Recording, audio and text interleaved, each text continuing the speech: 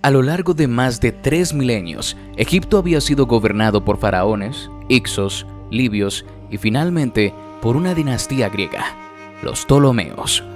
Pero en el siglo I a.C., la arena del tiempo se agotó. Una sombra implacable que se proyectaba sobre el Nilo: Roma. La conquista no fue una invasión relámpago, sino una lenta asfixia política de un reino debilitado, culminando en la figura de una reina genial, Cleopatra VII, que intentó desesperadamente salvar su imperio seduciendo y aliándose con los hombres más poderosos del mundo. El drama de su vida y su trágica muerte no solo pusieron fin a la dinastía tolemaica, sino que sellaron la transformación de la República Romana en un imperio.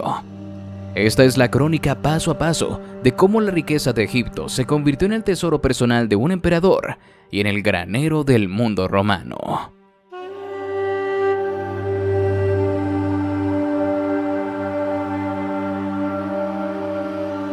La caída de Egipto no fue repentina. Desde el siglo II a.C., el reino tolemaico estaba en decadencia, plagado de intrigas dinásticas, revueltas locales y una administración fiscal deficiente. Roma, por otro lado, estaba en ascenso tras derrotar a Cartago y consolidar su dominio en Grecia y Asia Menor. Inicialmente la relación fue de amigos o clientes. Roma veía a Egipto, gracias a la fertilidad del Nilo, como un vital proveedor de grano. Esta dependencia económica dio a Roma una poderosa palanca de influencia. Las legiones romanas actuaban como protectores o pacificadores del débil reino tolemaico, a menudo interviniendo en disputas de sucesión a cambio de enormes sumas de oro. Los reyes tolemaicos se endeudaban masivamente con los banqueros romanos. Ptolomeo XII, Auletes, el padre de Cleopatra, fue un rey inmensamente impopular y corrupto, tan temeroso de Roma que se gastó fortunas en sobornar a senadores romanos, incluso a Julio César, para que confirmaran su trono. Su reinado fue una humillación constante, un reflejo de la soberanía perdida de Egipto, convirtiéndolo en un estado títere de facto antes de que las legiones pusieran un pie allí, permanentemente. La intervención de Julio César y el destino sellado. Tras la muerte de Ptolomeo XII, Cleopatra VII ascendió al trono junto a su hermano marido Ptolomeo XIII. La joven reina heredó un reino en la ruina y comprendió inmediatamente que la única forma de evitar la anexión total por Roma era forjar una alianza personal con su líder más poderoso. El punto de no retorno ocurrió tras la batalla de Farsalia. El rival de César, Pompeyo el Grande, huyó a Egipto buscando refugio. Ptolomeo XIII y sus asesores, buscando congraciarse con el vencedor, lo asesinaron. Cuando César llegó a Alejandría, furioso por la muerte de un ciudadano romano, aunque fuese su rival, se estableció para asegurar el pago de las deudas y de paso resolver la disputa dinástica. En la guerra alejandrina del 48 a.C. al 47 a.C., se produce el famoso encuentro entre Cleopatra y Julio César. La reina expulsada de Alejandría se hizo pasar por un mensajero y fue introducida en el palacio envuelta en una alfombra. Este acto no fue solo seducción, sino audacia política. Cleopatra convenció a César de que ella era la única garante de los intereses romanos. Esto desató la guerra alejandrina, donde César, con solo 2 legiones, se enfrentó al ejército de Ptolomeo XIII. Ptolomeo murió ahogado en el Nilo, y Cleopatra quedó como reina única, junto a su nuevo hermano marido Ptolomeo XIV. La alianza se hizo pública. Cleopatra visitó Roma y fue tratada con honores. Su hijo Cesarión era el único heredero masculino de César. Aunque César fue asesinado en el 44 a.C., su intervención dejó 2 cosas claras. Egipto era vital para Roma. Cleopatra era una amenaza existencial, ya que Cesarión era un potencial rival para el poder romano. Tras el asesinato de César, el poder se dividió entre los triunviros: Octavio, el heredero político y legal, y Marco Antonio, el hombre fuerte militar.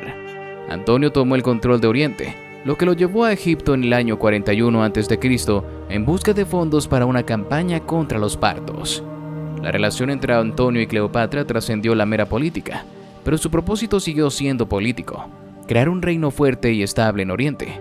Antonio, en un acto que conmocionó a Roma, entregó grandes porciones de territorio romano oriental a Cleopatra y sus hijos.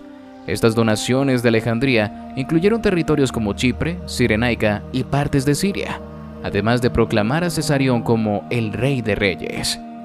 Octavio, el astuto político, sabía que no podía declarar la guerra a un romano como Antonio sin desatar otra guerra civil prolongada.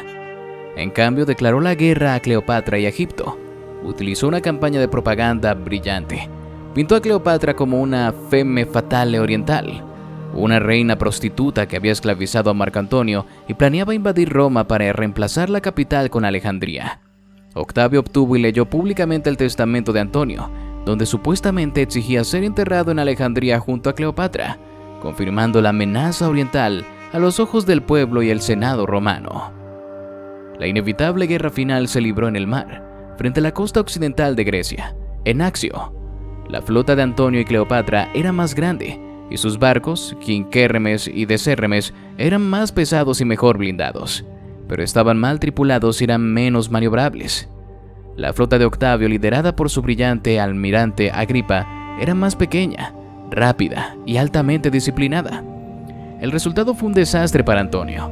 En un momento crítico, Cleopatra y Antonio abandonaron la batalla con sus galeras más rápidas, dejando al resto de la flota para ser destruida o capturada. Octavio no perdió tiempo. Persiguió a la pareja hasta Alejandría. Sabiendo que su causa estaba perdida, Antonio se suicidó, apuñalándose tras un falso rumor de la muerte de Cleopatra. Cleopatra, aún audaz, intentó negociar con Octavio para salvar su reino y el trono de sus hijos. Octavio le dio largas, pero su única intención era llevarla a Roma como el trofeo más grande de su inminente triunfo. Cleopatra, la última reina del Egipto tolemaico, se dio cuenta de su destino: la humillación pública en Roma. En lugar de someterse, se suicidó en su mausoleo, rodeada de sus sirvientas. Aunque la leyenda popular habla de una mordedura de un áspid, una cobra egipcia, muchos historiadores sugieren que probablemente utilizó un veneno rápido. Fue su último acto de soberanía, negar a Octavio su premio final. El 30 a.C. marca el año cero de una nueva era. Egipto fue anexado como provincia romana. Octavio, ahora Augusto, la declaró propiedad personal del emperador, no del Senado, asegurando que su inmensa riqueza y grano fluyeran directamente a su tesoro y a la alimentación de Roma. La conquista no solo terminó con 3000 años de civilización faraónica, sino que también financió el Imperio Romano, proporcionándole los recursos necesarios para entrar en la Pax Romana. El fin de Cleopatra fue el nacimiento del imperio más grande que el mundo había conocido. ¿Crees que Cleopatra hubiera logrado salvar a Egipto si se hubiese aliado con Pompeyo en lugar de Julio César? ¿Cuál fue el factor más decisivo?